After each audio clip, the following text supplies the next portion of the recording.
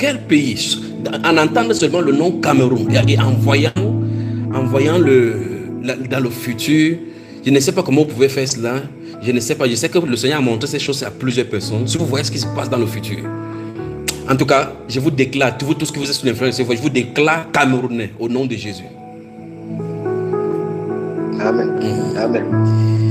Ah, je me sens bien. Mon frère Lucio. Oui, mon bien-aimé.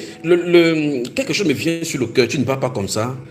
Par la grâce du Seigneur, je souhaiterais que tu donnes un peu ton témoignage. Comment tu t'es connecté à ce ministère-ci? Depuis quand exactement? Quelles sont les choses qui sont passées? Comment es-tu maintenant spirituellement? Parle ça aux gens avant qu'on ait... Après ça, maintenant, tu pourras saluer toute personne que tu veux saluer avant qu'on ne commence la nourriture de ce soir. Amen. Amen. Amen. Que le nom du Seigneur soit infiniment béni pour tout ceci, pour tout ce qu'il a. Amen. Alors, comment on dit? Bon, au mois de janvier, au mois de décembre passé, de 2024, bon, avant cela, le bien-aimé frère Georges souvent m'envoyait des enseignements, tout ça. Mais je n'écoutais pas. Je n'écoutais pas. Et un jour, en entendant parler, et j'ai dit, waouh, quelque chose s'est passé avec le bien-aimé frère.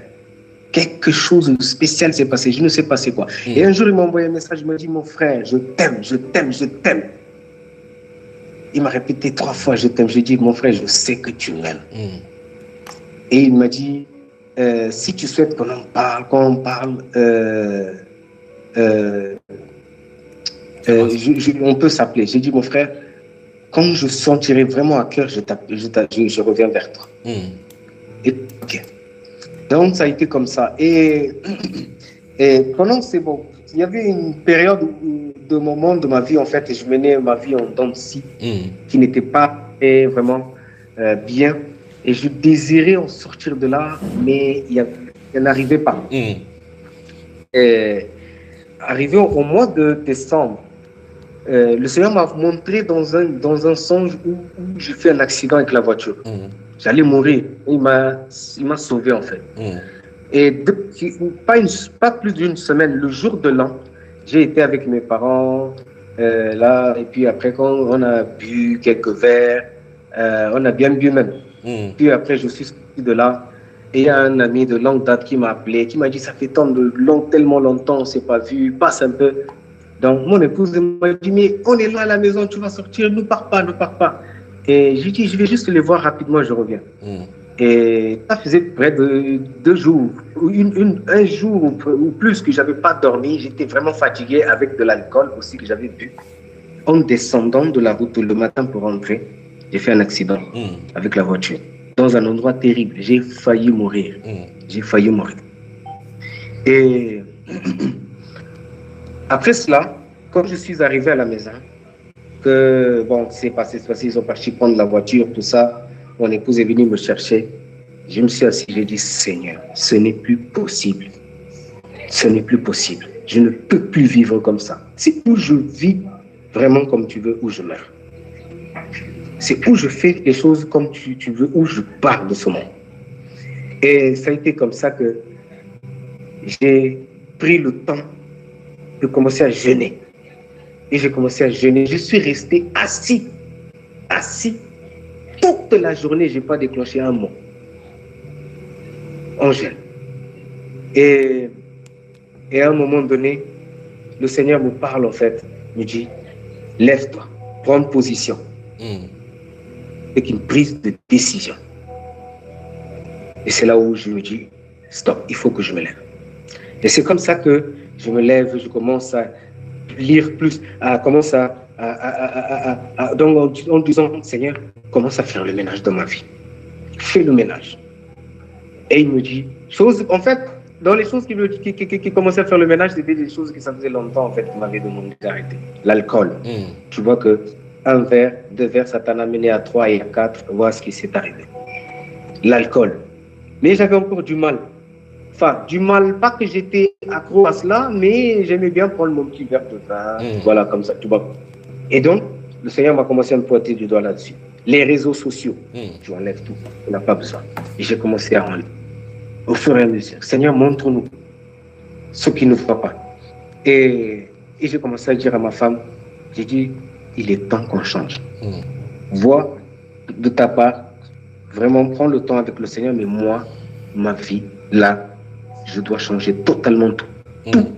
Tout va changer dans ma vie. Je ne peux pas vivre comme ça, je ne peux pas rester comme ça. Il faut que vraiment je grandisse, j'avance avec le Seigneur.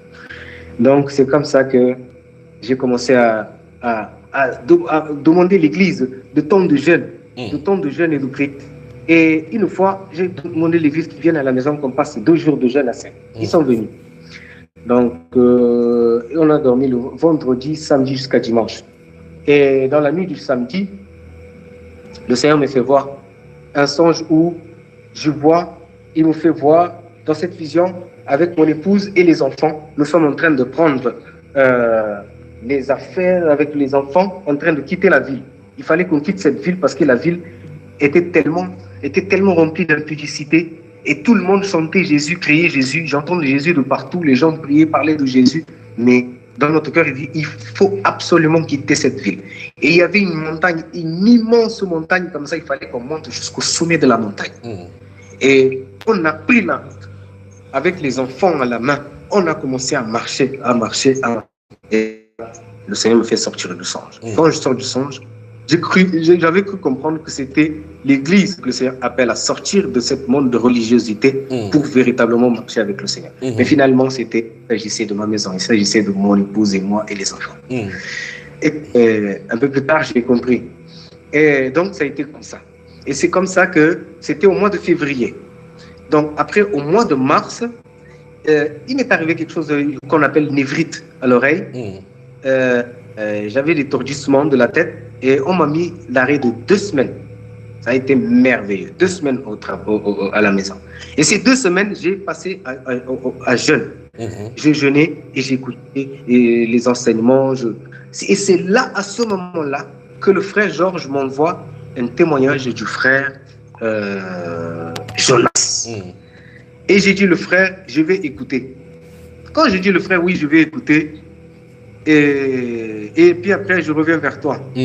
Quand j'étais dessus, j'ai fait 10 heures de temps, j'ai dit, oh mon Dieu.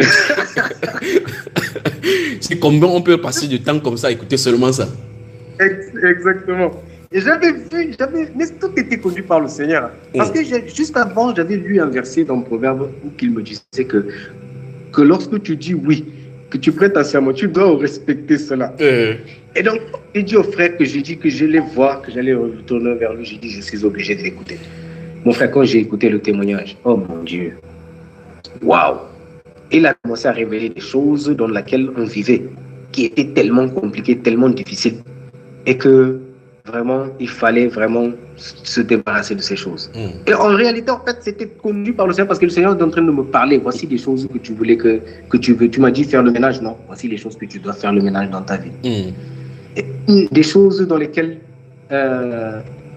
c'était très difficile et que par sa grâce, il nous a permis de sortir de cela. C'est que, vous savez, nous avons 5 enfants. Et vous savez, en Europe, comment c'est pas évident d'élever des enfants.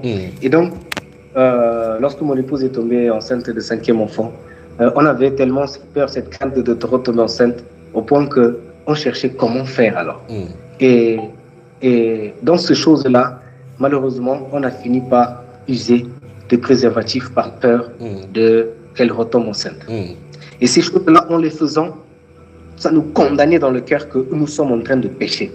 Et ces choses-là, ça faisait un très long moment, nous étions là-dedans, mais tu sais que ce que tu fais n'est pas bon, n'est pas bien, mais on le faisait quand même par peur, parce que en fait, tu veux contrôler ta vie, tu veux mener ta vie. Et en fait, au travers de ces choses, le Seigneur commençait à me dire, tu vois ça là, tu dois ôter de ta vie. Et je disais, j'en ai parlé avec mon épouse, je dis, comment on fait? Et quand on a écouté le témoignage, quand le frère disait comment ils utilisaient les choses dans l'intimité, quand les bien-aimés pêchent, font des choses, comment les mondes des ténèbres, ils peuvent utiliser cela pour faire beaucoup de choses. Je dis, oh Seigneur Jésus-Christ de Nazareth. Seigneur, comment faire? Comment faire? Et c'est comme ça que on a discuté avec mon épouse, elle m'a dit, il faut qu'on arrête ça. Mais comment? Nous étions vraiment compliqués, c'était compliqué là-dedans. Et c'est là où je me tourne vers le frère Georges et je l'appelle. Je dis, mon frère, tu te rappelles que je t'ai dit que voilà, je revenais vers toi. Voilà. Il dit, voilà, je suis prêt pour que nous puissions, pour que nous parlons. Et il était tellement content, tellement dans la joie, il criait de joie. Il criait, alléluia, il criait de joie. Et on a commencé à échanger. J'ai dit, mon frère, j'ai des situations, une situation difficile avec lequel en fait, j'ai essayé de discuter même avec des frères, mais pas de solution. Les frères, même quand j'entends, c'est même pire que moi. Donc, j'ai dit, on sortir. Et je dis, frère, j'ai une situation là que je vis. J'utilise le préservatif avec ma femme par peur de tomber enceinte. Comment faire pour en être libéré de ça, frère? Le Seigneur me dit que ça, comment je fais? Comment toi tu fais? Il m'a dit, frère, il faut faire confiance au Seigneur. Et c'était les choses dont le Seigneur me disait. Le Seigneur me disait, tu dois apprendre à me faire confiance. C'est moi qui dois dire ta vie, pas toi. Mais comment lâcher prise? C'est difficile de lâcher prise, tu vois un peu. Et donc, c'est comme ça que le frère, on a échangé là-dessus. Et après, j'ai dit à mon épouse, appelle maman Solange, que je salue au passage, la belle fleur, que le Seigneur te bénisse. Et elle a appelé, elle a échangé avec elle. Et la sœur l'a exhorté, une exhortation qui a amené la délivrance dans notre maison. Magnifique. C'est extraordinaire. Magnifique. La sœur a commencé à lui dire, bien aimé, c'est qui donne l'enfant? C'est le ciel ou Dieu? Ou Dieu? Ah, c'est le Seigneur. Donc, les personnes qui n'ont pas d'enfants, qui sont stériles, comment font-ils? C'est qui a donné? Et c'est qui a fait qu'ils ne l'ont pas? N'est-ce pas le Seigneur? Oui. Donc, sache ceci une chose, ce n'est pas ni toi, ni Lucio qui est au contrôle, mais c'est le Seigneur. S'il veut que tu accouches, il le fera. S'il ne veut pas, cela ne fera pas. Et cette exhortation, ça a tellement touché mon épouse que ça l'a délivrée. Mais la délivrance, c'était elle vraiment justement qui était vraiment avec la peur l'a quittée complètement. Et la sœur a fini par le dire, imagine le Seigneur veut faire naître un Moïse chez toi. Voilà. Comment on fait? Tu vas empêcher le Seigneur de faire son œuvre au travers de toi. Et là, ça a tellement touché ma femme. Elle est venue en souriant comme ça. Je dis, alors, vous avez dit quoi? Elle m'a dit, on a parlé. Bah, on fait confiance à Dieu. Je dis, mais comment faire confiance au Seigneur? Ah, mon frère, le Seigneur fait des choses extraordinaires. Et c'est comme ça que on a commencé à dire, bon, comment on fait? Et nous sommes allés à Zanzibar. Lorsque nous étions là-bas, elle était en plein son période de fertilité, on va dire. Et lorsque nous sommes allés dans l'intimité, j'avais cette peur-là. J'ai dit, mais pourquoi ne m'as-tu pas dit? Elle m'a dit, ah non, mais moi je suis totalement délivré. De toute façon, si je dois tomber enceinte, je tomberai enceinte. Et si je ne tomberai pas enceinte, je ne tomberai pas enceinte. C'est le Seigneur qui décide. Mais j'ai dit, pourquoi tu ne vas pas me parler? Elle m'a dit, mais moi je te vois déterminé, chaud comme la braise là. Moi je pensais que c'est bon pour toi.